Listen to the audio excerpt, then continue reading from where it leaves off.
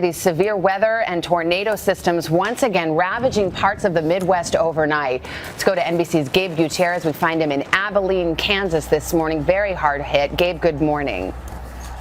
Savannah, good morning. This was a huge, slow-moving storm that was barreling down on the small town of Chapman, which had been devastated by another tornado back in 2008. Thankfully, this twister swerved to the south, barely missing the town, but it left behind debris throughout this county. Now, residents are describing some terrifying moments.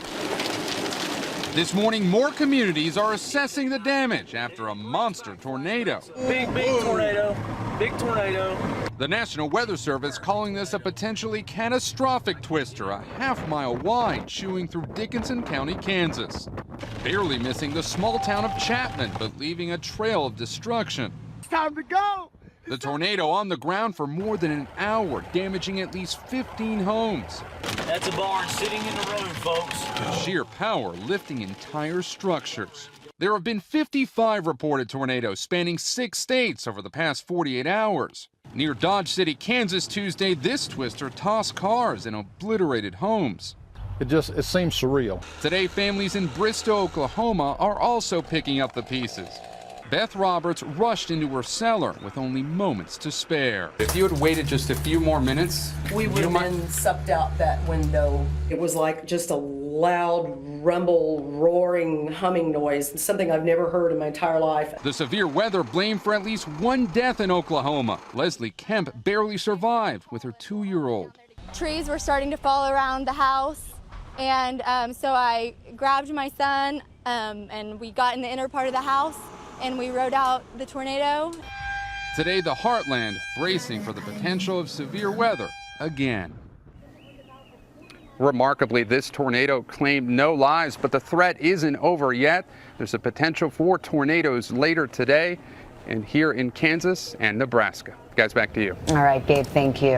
What are they facing? Well, the problem is yesterday we just had really a slight risk. Today we have an enhanced risk, so there is the potential for much more severe weather today, and it's going to last into tonight, and that's when we really get concerned because overnight storms are the worst because you can't see them coming. Right now from Minneapolis all the way down to St. Louis, we're looking at strong storms firing up. For today, from Sioux Falls all the way down to Del Rio, we've got a risk of severe weather.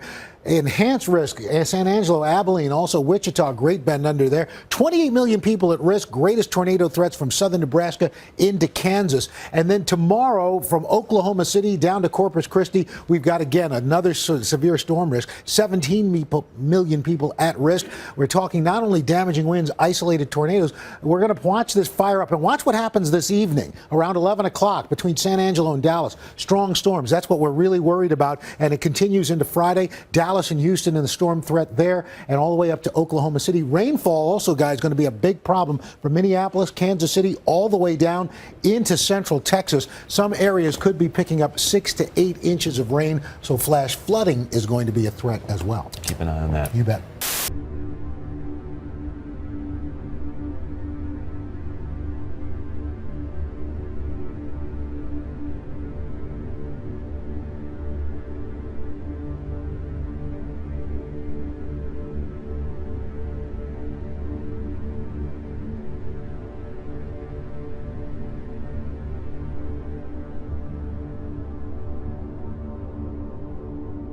The hot water in the kettle gives off water vapor to the air by rapid evaporation, just as rivers, lakes, and ponds give off water vapor to the air by slow evaporation. As the hot water-filled air hits the colder air near the ice tray, the water vapor turns into clouds of tiny water droplets floating in the air, condensation. When the air is quite cold and cannot hold any more water droplets, they collect together to form larger drops, as on the ice tray. And being too heavy to float in the air, they fall back to the earth as rain.